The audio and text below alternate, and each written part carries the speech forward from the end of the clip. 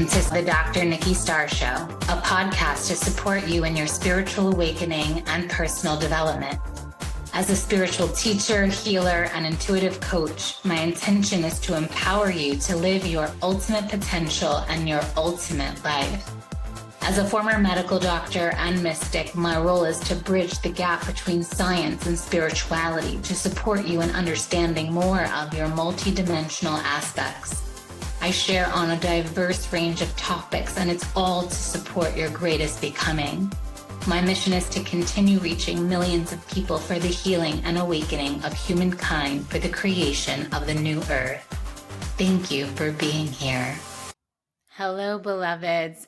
We are in another episode on the Dr. Nikki Starr Show in the season of love and relationships. And this is the second episode related to breakups. And today's topic is specifically breakup to makeup.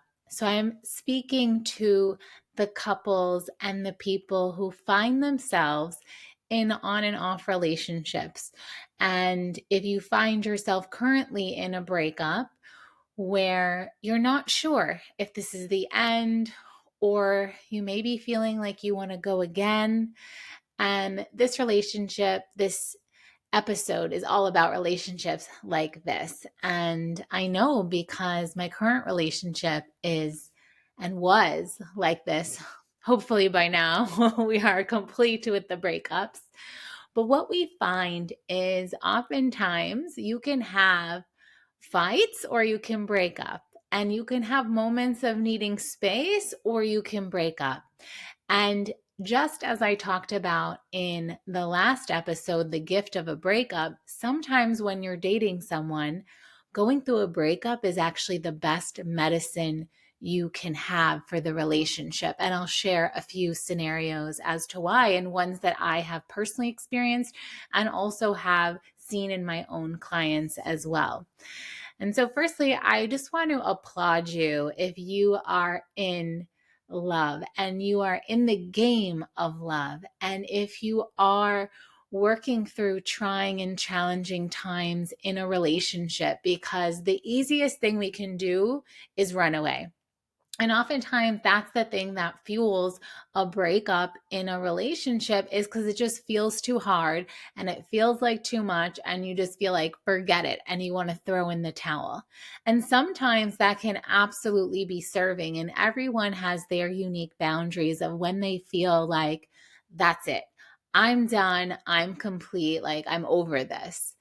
But then sometimes you'll find when you have spaciousness, you start thinking about the challenging times and the good times. And oftentimes when the good times outweigh the challenges, you want to go and get back together. And that's perfectly okay. That's perfectly understandable. Now, what separates a relationship that just needs that space in order for each person to regroup and find a new, better way of relating, and a toxic relationship is when there's actual evolution. So in my current relationship, we have had many breakups, and well, maybe not many. Many's like a very subjective word, but we probably have had, how many have we had? Maybe like 5 over a year and a half. Yeah, I would say probably like 5 within a year and a half. And every single time it was necessary and it was worth it. And pretty much like all of those times, I really thought it was the end. But I had never met and have never met such a man who is so willing to show up and make changes and to have it be even better next time. And every single time it was an even better relationship. It was like, oh my gosh, like we didn't even think it could get better, and it got even better and even better. And of course, both of us had to work at changes. Like I had to understand things that bothered him that I would never think would trigger someone, but they triggered him, even though they didn't trigger me. And so I also modified my behaviors and ways of being, not because I was changing myself. They were more like preferences of the other person that didn't affect me one way or the other. So I'm glad to honor those. And same thing with him, with leaving certain habits behind, willing to show up in a certain way, willing to do certain things. And we each have what we need in relationship. And sometimes we do need to make the effort for the relationship. And we do decide, like, okay, I'm willing to do this because I want the relationship to work. And when we see an evolution in each partner, and when we see an evolution of the way we're relating to each other, then the breakup could be the biggest gift, because sometimes you need that space to see, like, wow, I really miss this person. I really love this person. I see the good in them and in our relationship. And I really want to go the distance. And I feel like we could be the best. And before I came on to this episode, I said to my beloved, I said, this is what the episode's going to be about. Do you have anything you want to share? Is there anything? And he was like, I would just say that it always gave space for me to really, I'm paraphrasing. I, of course, want to say what he said, but he said along those lines, like giving that space, like I realized how much I would miss you. And I realized how great you were and how great our relationship was. And so then I wanted to show up and I wanted to make it work, whatever it took. And similarly, I have never had a man so willing to like want to make it work. Like in the past, like I did have breakups where the person didn't want to break up, but I can't explain it was different. And the thing about our dynamic is we really test each other and we really call each other to greatness, and we're really willing to. My boyfriend really loves Jordan Peterson, and he talks about like sparring in relationships where, everyone thinks they always want to like really get along all the time in their relationship, but the reality is like you might even get bored. And I think it just depends. Like everyone has different demeanors. And I'm a very passionate person. And this is what Jason was reflecting to me. Like we're both very passionate people and we like things how we like them. And our breakup time has served to give us that space to help see the other person's side and to see how we can come together to work together. And it's not really about compromising, but it's more about finding a solution that works for both of us. And though we've done things or said things that could have hurt each other, we're willing to look at how we show up in relationship and we're willing to make it right. And every time it is different. But the other thing that we've always noticed is always around my PMS time is pretty much like clockwork, the time that we would break up if we broke up. It was always at that time. And it's also because that's a time I'm highly triggerable and I'm less forgiving. And he's also more susceptible to my emotions and my energy, that he almost gets PMS. He always says that. He's like, I know when you're getting PMS, and you have it because like I feel it inside of me. And when you're that sensitive to your partner, you're both emotional, on edge, triggered, it's like the recipe for a fight that can turn into a breakup. And it's been fascinating to work with clients as well who have gone through this journey. And there's always a very distinguishing two categories. There's the categories of people where they're going through a breakup, but it's very clear that the other person like doesn't want it anymore.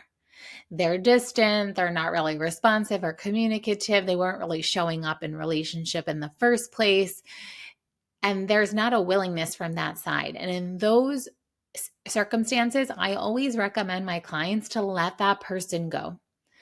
What was different about my relationship with Jason, and also what's different about other clients, which is the other category, which is when you break up because you don't agree on something, or you break up because you're not seeing eye to eye to something.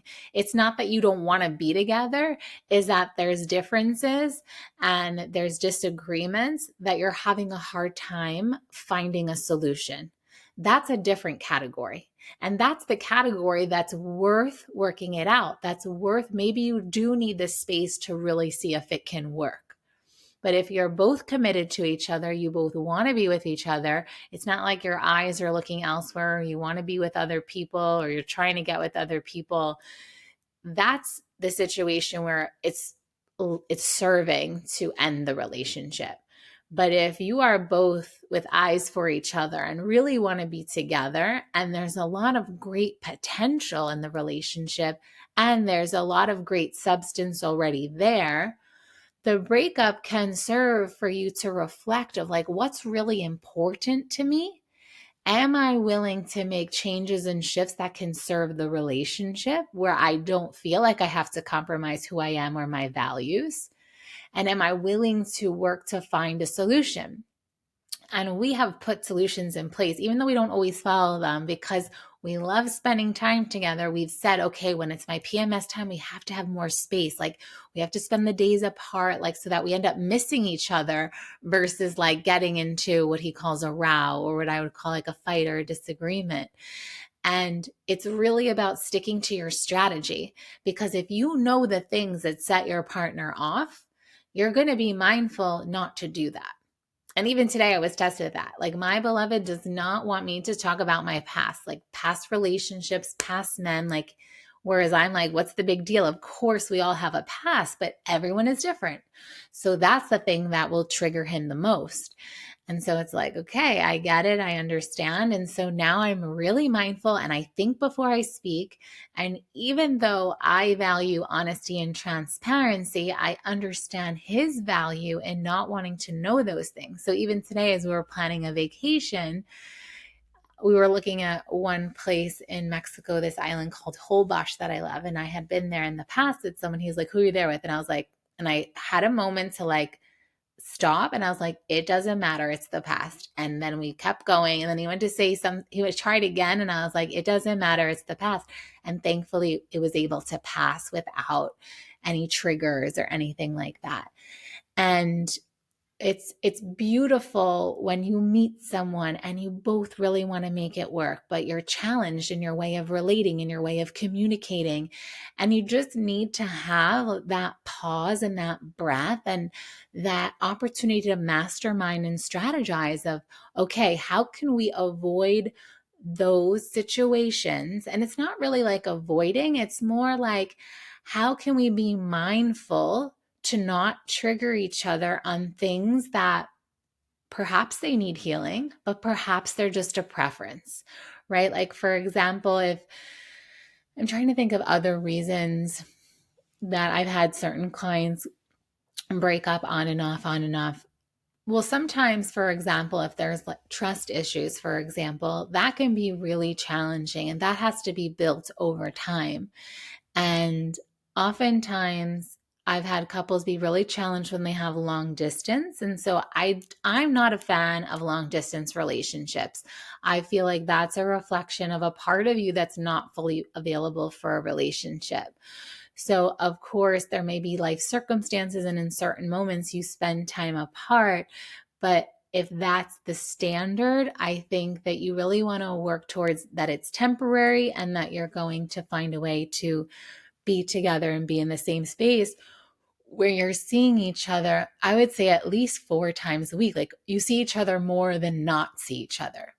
Or even if it's half time max that you're apart and together, because then you might as well be single. Or that's where there can be some challenges in terms of feeling trust issues or wondering what your partner's doing, because you all have basic needs. And essentially, if you're in a monogamous relationship, it's going to be your partner that is the person that you go to when there are sexual desires or certain needs. And if you're not really spending time, or there's not enough time spent, you're going to go, even if it's emotional needs, you're going to end up confiding in someone else emotionally.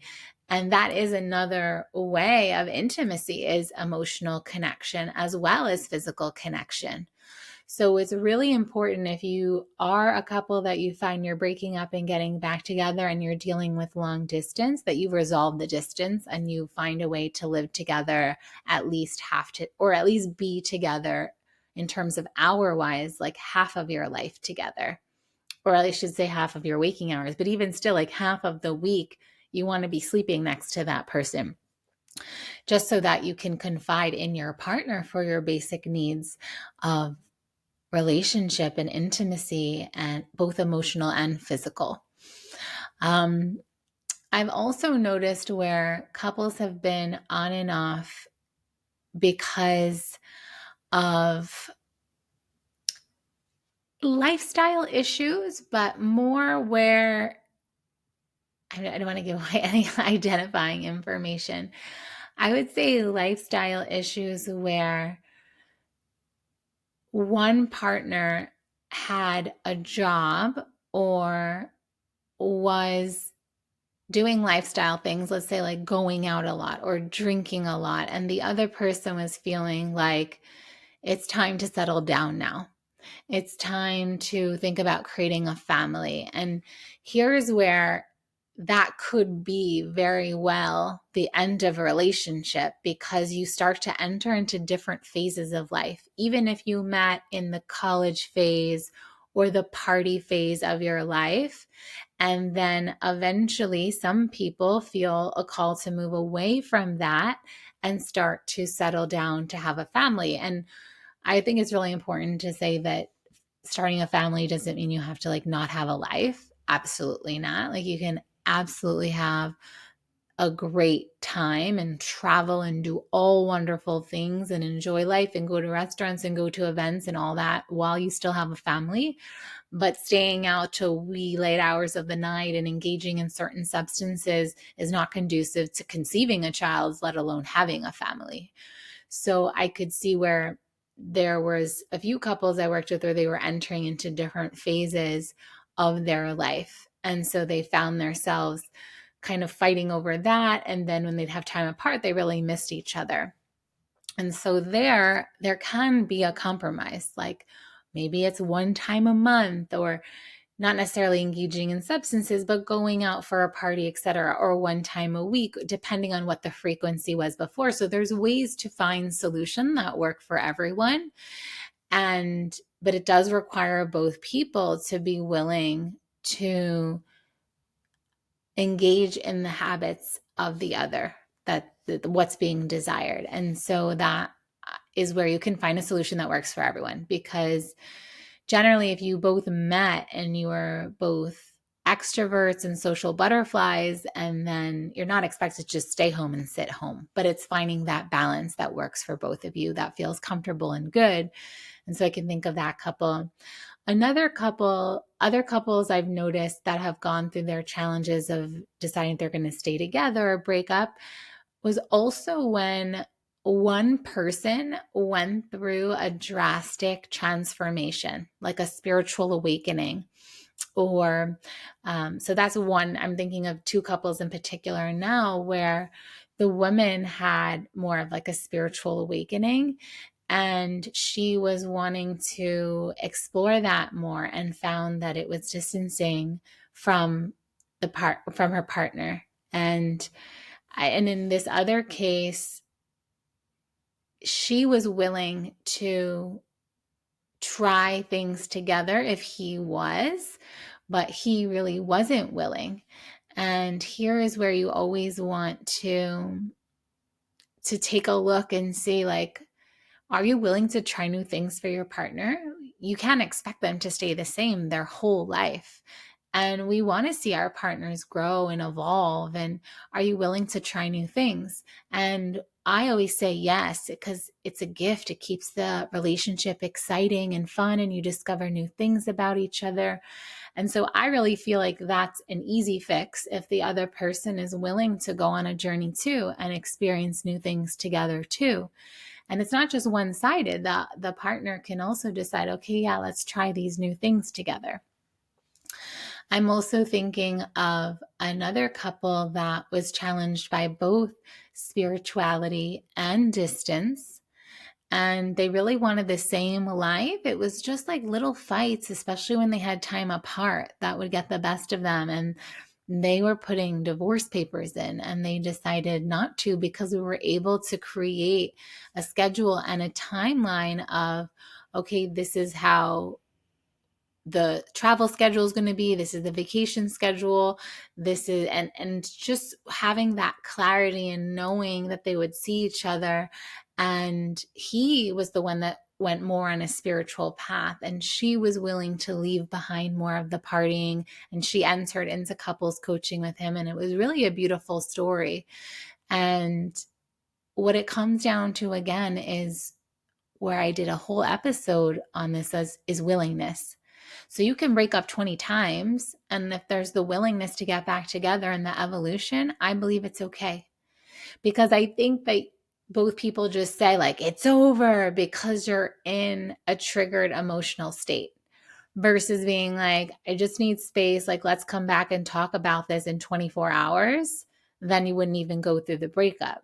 And that's also what I experienced in my own relationship, is the moment where both of us were able to have self-control of our emotions, that, and also have compassion for the other person, and awareness and self-awareness. Because one of the ways to so there's the breakup to make up, where it's serving, where the time apart and the thought of like, this could be over, shifts you in some way and inspires some form of change or transformation, or seeing things in a new way. That's beautiful. That allows the relationship to go to the next level, and allows the person or both people to really fully commit in another way, in a deeper way. And then there's, okay, we keep having this pattern, breaking up to making up. How can we prevent it? And that comes from the self-awareness, the willingness to also have awareness, like, okay, my partner's triggered right now. It is best that I do not engage them and make it worse. So there was this shaman that I studied with, this Colombian shaman, and he always talked about, like, if the partner is triggered, that you actually don't fight back. Like, you do whatever you can to bring your partner back into harmony. And this minimizes damage, like energetic damage that's done when two people get very angry at each other. It's like and he never said this, but this is how I see it, of you're energetically like battling each other, and you're energetically hurting each other, because you feel anger towards the person, and you may think things you wouldn't normally think. And that's still underlying like a subtle form of black magic. Like, you're still hurting your partner. So if you ever notice, if you get into an argument, and you might feel pain, like your heart contracts, or you might feel pain in your belly or in your hip or wherever, this is kind of like energetic attack. So the way to minimize a breakup is to diffuse as much of the fire as possible. So if one of you is showing up as fire, the other one show up as water to diffuse. So if your partner is triggered about something, you do everything you can to reassure them and bring them back to love, and bring them back to peace and harmony. And also have that compassion. So if you know that your partner is responding in a way that's triggered, and I should say reacting, not responding, and it hurts, and they say hurtful things, it's having that compassion. Like, I know they're upset and they're triggered by X, Y, and Z, and I'm compassionate, and I know they're triggered about that because in past relationships or in their childhood, this happened. Because as you are together for longer, you get to learn more about your partner and understand why they're the way they are, and why certain things trigger them. And so being able to step back, and it's almost like being the bigger person, so that you can hold space for your partner to go through their trigger, versus you going into the flow of the chaos and adding to the trigger, and a big fight happening that turns into a big breakup. And then you have this space, and then you realize, oh my gosh, what do we do? What did we say? And then you're apologizing and getting back together. So it really takes that self-awareness, the awareness of both people. It takes that compassion and self-compassion. So also, if you get triggered and you react in a certain way, that you're compassionate with yourself, and that you're also humble enough to apologize when you know that it was your fault. And that also can prevent so much from happening. And then having that willingness to be in the relationship, having the discipline to stick to the strategy that you set so that you don't have to keep breaking up and getting back together. And what I also find that's a rule that's so important so that you minimize collateral damage is when you go through breakups or you're in fights, it's so easy and you so want to just like run and tell the people you love, the people that you know will support you and have your back about all the horrible things that happened in your relationship. This does not serve the relationship. Everything that happens in the relationship really should remain confidential because humans, unfortunately, have this strange thing where they're happy to talk about all the bad things because usually we want to get it off our chest and we want to process it and we can't hold it in. But then we don't say anything about the good things, or if we do, it's much less than all the bad things. And what happens is this begins to create a distance and a rift between the people you love and the person you love. So really you want to commit to not, and I repeat, not going and telling everyone all the negative things and all the things that were said and all the challenges. And because in a few hours or days, you will likely get back with this person, and then all this collateral damage happens. And now all this negativity is portrayed out to the people you love and the people around you. And it can hurt the relationship because now there's negative projections onto the relationship. So it does require that discipline from you to keep the breakups or the fights to yourselves and to really work through it until you know for sure that it's done. But of course, you may have experience where you felt like it was done. And so, but I would say give some spaciousness. If you notice this is a habit of yours or a habit of that particular relationship, give the spaciousness. And I think it's so important just not to judge other people and not to judge yourself. If to discover and to know and to eventually choose that person to be the one, you have to go through a few chances and you have to go through a few breakups to really know. And it's in that spaciousness and in that time of being apart and maybe even meeting other people, you realize like, no, my heart's really there. My heart's really in that relationship. And then eventually you can learn, as I said, to just have that spaciousness when there's a challenge or when you feel like you want to break up, you give it space and allow yourselves to return to love. And what I think is the best of all, the way you really know you want to break up with someone is you do it from a space of love. Because if you want to break up with a person when you're feeling love and you're feeling harmony and you feel love towards that person and gratitude, but you still feel like you want to break up, then it's a real breakup. But if you're angry and you're triggered and you're all fired up and you want to break up in that moment, it's not really a true breakup. And I'm sure you've known the difference. I know I have, where I've had with Jason on and off and we were triggered, and that was not true breakup. It was anger. It was needing space, versus in other relationships where I really thought it out. We took space, or I just even came from a space of love and just being like, you're a great person, but I just don't feel it. Right. And so it's just such a different energy. So I would say if you ever really want to break up and you're not sure, see if you really want to still break up when you're feeling love towards that person, when everything is harmonious, then that's a true measure of wanting to break up. And so I trust that today's podcast served you if you are someone who goes through the pattern of breaking up and getting back together. And also know that a lot of times when you find that you do that, if you're someone that does that, a lot of times it comes from the fear of abandonment or fear of rejection. So you abandon first so that the other person can't. So it would serve you to work on your shadows, your triggered childhood wounds. And in the bonus content, I'm going to share with you a way that you can heal a relationship to really know if it's meant to be a breakup for good or if it's meant to go to the next level. Because oftentimes you just want to break up with certain patterns. You don't want to break up with the actual person. And it's learning how to navigate that And many people are not schooled in that. That's why you go to a relationship coach. And I have my love and relationship coach year-long retainer that's starting now, February 2nd. If you're listening to this in real time, and it's a year-long container, so you can join at any time. And we really go through everything. We go through how to manage emotions and triggers and shadow work, how to communicate better, certain tantric practices that are really supportive in bringing you back to a space of love, as well as create deeper connection and passion and juiciness. And so it's for individuals as well as couples. You can be in a relationship and be an individual, as well as be an individual that's single, and you can also join as a couple. So it's for men and it's for women. It's for wherever you are, whether you're single, dating, or in a relationship, somewhere in between, even if it's complicated. And it really serves to enhance your current relationship or your future relationships.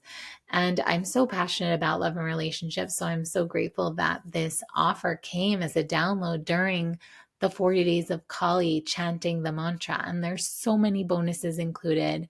So I invite you into this space. You can message my team on Instagram or Facebook, messaging through my accounts, or you can also email me, however you feel called. And I would love to see you inside that container, as well as the bonus content. Thank you so much for being here, and I will see you next time. Bye for now.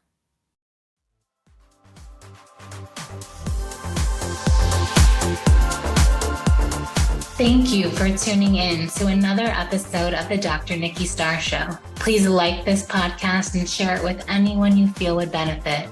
Subscribe to the podcast to receive bonus content, and remember, every Monday the video version goes live on my YouTube channel. Thank you so much for being on the ascension path with me and for doing this great work.